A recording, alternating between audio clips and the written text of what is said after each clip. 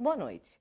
Ele tem 82 anos, mais da metade deles dedicados à pesquisa da química da vida, dos hormônios que regem a reprodução, a libido e a disposição. Polêmico por natureza, suas teses já encontraram oposição no governo, em partidos de esquerda, entre os próprios pares e na Igreja Católica. O meu convidado de hoje do Entrevista Coletiva é o médico e cientista Elcimar Coutinho. Boa noite, doutor Elcimar. Boa noite. Doutor Elcimar, supressão da menstruação, anticoncepcional masculino, planejamento familiar, vários temas que aqueceram as discussões aqui no país e no mundo. Qual é a polêmica da vez? Olha, eu acho que a polêmica da vez é a soma de tudo isso. É porque nenhuma dessas polêmicas foi encerrada assim com aquiescência coletiva. Até hoje se resiste àquelas propostas que eu fiz de referência à menstruação, de referência à sexualidade, de referência ao planejamento familiar. Até hoje a gente encontra resistência, e às vezes a resistência até um pouco agressiva demais para o meu gosto. Acho que as pessoas não pensam antes de discutir um assunto que não conhecem. Nesse momento, o que está me ocupando mais é a defesa da reposição hormonal e a discussão que se origina do temor de que essa reposição hormonal pelas mulheres e pelos homens resulte em câncer. Câncer de mama na mulher e câncer de próstata no homem.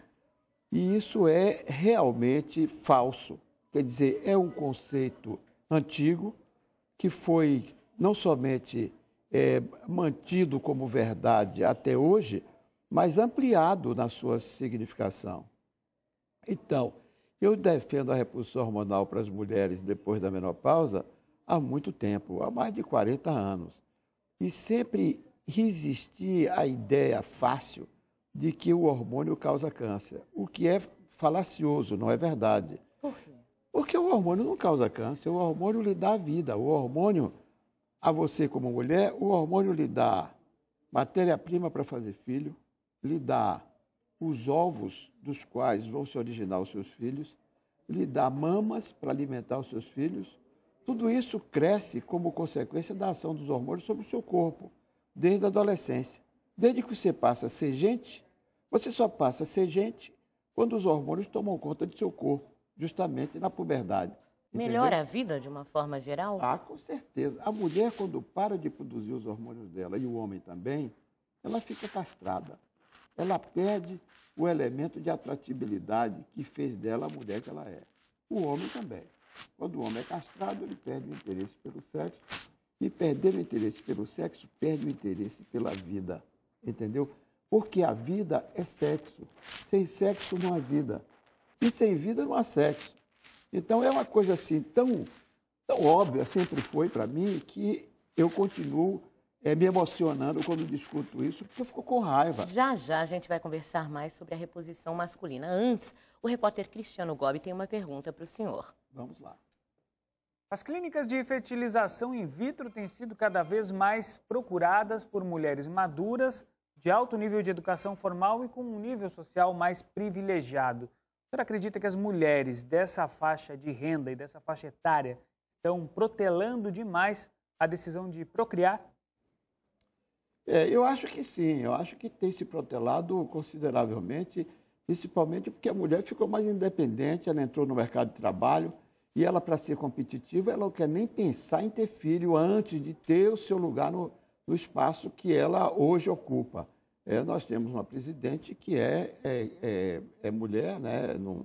E que chegou lá lutando muito pela vida, de todas as maneiras, e ela não é o único exemplo. Você encontra hoje em toda a administração pública e privada, você encontra as mulheres. Então, ter filhos era um obstáculo importante para que a mulher pudesse disputar esse espaço com o homem, que o homem faz o filho, mas ele não tem o filho. Eu acabei de dizer isso aqui, que a mulher é responsável por 99% da responsabilidade do filho, porque o homem só faz botar semente. Não é só o homem, não. O macho de todas as espécies, ele tem um papel singelo e bastante limitado na concepção. Ele só faz botar semente e vai embora. A fêmea gesta, a fêmea pare a fêmea, alimenta, a fêmea protege, a fêmea educa. O que é que o macho faz? Nada. Então, no mundo animal, realmente a reprodução é uma coisa da fêmea. O macho só tem o papel de botar uma semente, e essa semente que ele só põe porque a postura da semente por ele é prazerosa. Quer dizer, ele tem prazer intenso no momento que ele ejacula aquelas sementes dentro da fêmea. A fêmea, 90% das vezes em que ela recebe a semente, ela não sente prazer, sente dor. Porque no mundo animal, toda a penetração é feita por trás. A mulher, ou a fêmea, seja lá ela qual for, você nunca vai ver uma cadela abraçada com o cão de frente. Então, como o clitóris, que é a parte mais sensível da vagina e que daria o prazer que a glande do homem dá, ela fica escondida no ato sexual conceptivo. Então, o animal do sexo masculino, ele penetra por trás, ele pode provocar dor, prazer, e dificilmente ele produz. E vai embora. Então, por que ele faz isso? Porque nele é um prazer. O prazer da masturbação é uma coisa que o macho apela quando ele não consegue penetrar numa fêmea. A fêmea tem a vantagem de lhe produzir uma boa ereção com aquilo que emana do corpo dela. A fêmea não produz, ou melhor, o macho não produz na fêmea uma resposta igual. Muitas fêmeas têm medo da penetração, principalmente quando é um macho desconhecido. Ela não vai saber o que tipo de pai que ele vai ter. E no mundo animal, o macho não se ocupa dos produtos. Primeiro que ele nunca tem certeza da paternidade, mas ela tem. Em instantes, o milagre da testosterona, um hormônio de 1001 utilidades. E os remédios para a disfunção erétil. O Entrevista Coletiva volta em instantes.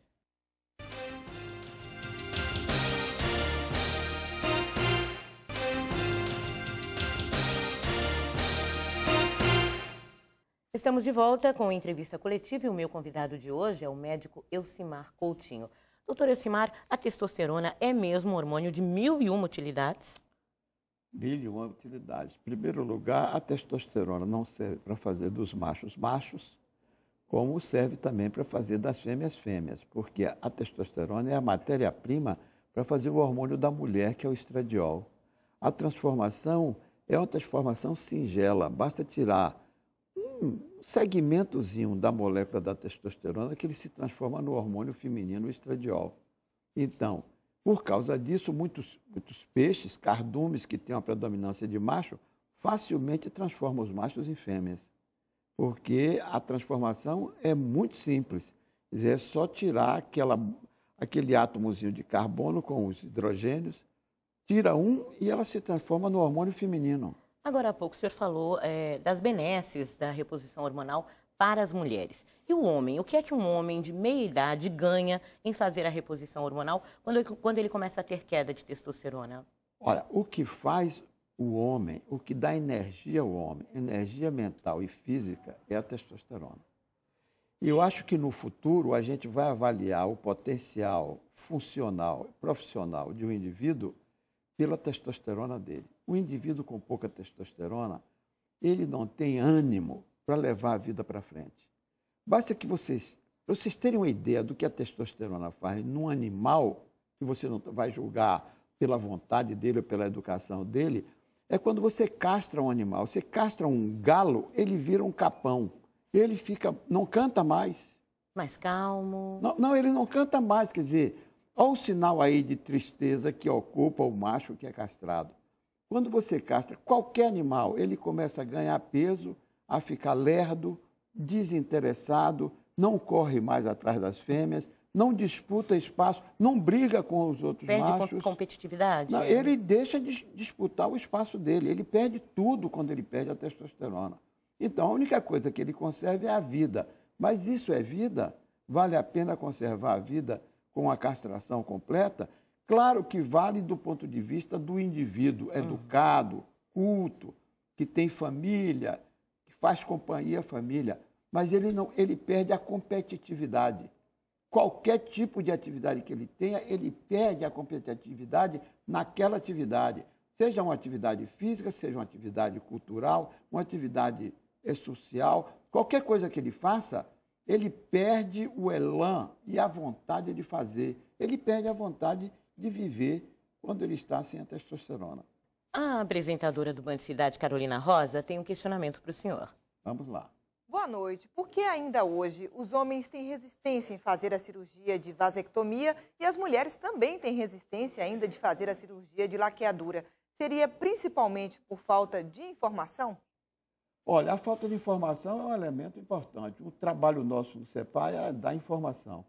E certamente que, no caso das laqueaduras, as mulheres se submetem melhor, porque quem fica grávida é ela, né? O homem que quer fazer vasectomia, ele faz muitas vezes mais por exigência da companheira, que não quer mais ficar grávida e não quer tomar anticoncepcional, ou que acha que ela não tem a obrigação de ser a responsável pela fertilidade do casal. Então, mas hoje os homens responsáveis, eles procuram muito o serviço CEPAR. Nós fazemos hoje, para cada laqueadura tubária, nós fazemos hoje 10 vasectomias. Acabou aquele mito de que a vasectomia retiraria a virilidade masculina também? Ó, minha filha, isso é pior do que um mito. Isso é uma mentira, é uma besteira tão grande que a vasectomia não mexe na inervação que permite o indivíduo ter vida sexual. Pelo contrário, os vasectomizados geralmente têm uma atividade sexual muito mais liberada, são mais ativos, porque eles não têm medo de fazer filho. O que existe ressalva nisso. Existem pelo menos uma dúzia de casos na literatura de indivíduos que fizeram vasectomia e mesmo vasectomizados e zerados, apareceu o filho da mulher que tinha o DNA dele. A semana passada eu tive um caso assim no CEPAR, um paciente vasectomizado já há muitos anos e que voltou a ter relações com a mulher dele, ocasionalmente, porque ele já tinha outra mulher, e ela engravidou. E ele disse, bom, mas não fui eu, porque eu estou vasectomizado, estou zerado, e não é que fizemos o DNA e era dele. E o que acontece Quer dizer, nesses casos? O que ocorreu? É uma coisa muito rara, mas basta um espermatozoide para fazer filho. E o indivíduo que fabrica milhões de espermatozoides, pode haver escape. Existe uma dúzia de documentos na literatura internacional que demonstram isso. O indivíduo... Aliás, tem umas coisas assim surpreendentes na reprodução que a gente fica meditando como é que aquilo pode acontecer. Sempre que eu falo disso, falo de uma vivência minha, de uma paciente que tirou a trompa de um lado e o ovário do outro. Ficou com a trompa do lado que ela não tinha ovário. E por isso ficou impedida de engravidar. Quem sabe se ela não está me vendo aqui hoje. Isso aconteceu há mais de 20 anos atrás. E eu disse para ela, lamento, naquele tempo a gente não fazia fertilização in vitro, né? Mais de 30 anos. E eu disse para ela, disse, olha, vocês são ricos, vão adotar filhos porque você não vai poder engravidar do seu marido. Não há nenhuma forma desse ovário produzir um ovo que seja fertilizado através de uma trompa do outro lado. Não há como. O abdômen é largo, o espermatozoide não vai viajar tanto, nem seu ovo e tal. E aí, pronto, nós deixamos de nos ver e tal. Anos depois, eu fui num jogo de futebol aqui em Salvador, à noite, e na hora que eu saí, eu vinha dirigindo o carro com o braço de fora. Naquele tempo não tinha ar-condicionado nos carros, eu com o braço de fora. Quando alguém bate no meu braço, a pessoa que estava no carro, o vizinho, na saída do jogo de futebol, meia-noite já. E ela bate no meu braço, doutor Simar, sonhei com o senhor ontem que eu ia ter um filho depois que eu lhe encontrasse. E eu lhe encontrei hoje. Eu digo, olha, foi um milagre mesmo, porque eu nunca venho a Fonte Nova, muito menos de noite. Eu disse, eu também, é a primeira vez que eu venho, vou ficar grávida. Eu dei risada para ela e fui embora. Disse, que besteira, que ideia. A mulher tem o ovário de um lado, a trompa do outro, como é que ela vai engravidar? Não é que ela me apareceu grávida? E eu achei que ela tinha uma pseudogravidez, que a gente tinha uma gravidez mental, sugestionada. E aí, naquela época também, era muito mais difícil fazer diagnóstico, porque não tinha ultrassonografia. Aí, daqui a pouco, a barriga foi crescendo. Eu digo, puxa vida, que gravidez imaginária é essa? E aí, daqui a pouco, nós começamos a perceber que era uma gravidez. E era um bebê mesmo. E teve um filho lindo, que já se formou, já tem mais de 20 anos, hoje ele deve ter quase 30 anos de idade, e foi o único filho que ela teve. Como isso aconteceu, não tenho ideia. Como é que esse espermatozoide entrou por a trompa de um lado para fertilizar aquele ovo não é realmente um negócio assim mágico. E você confere a seguir a polêmica do planejamento familiar como redutor das desigualdades sociais e a traição como herança. O Entrevista Coletiva volta em instantes.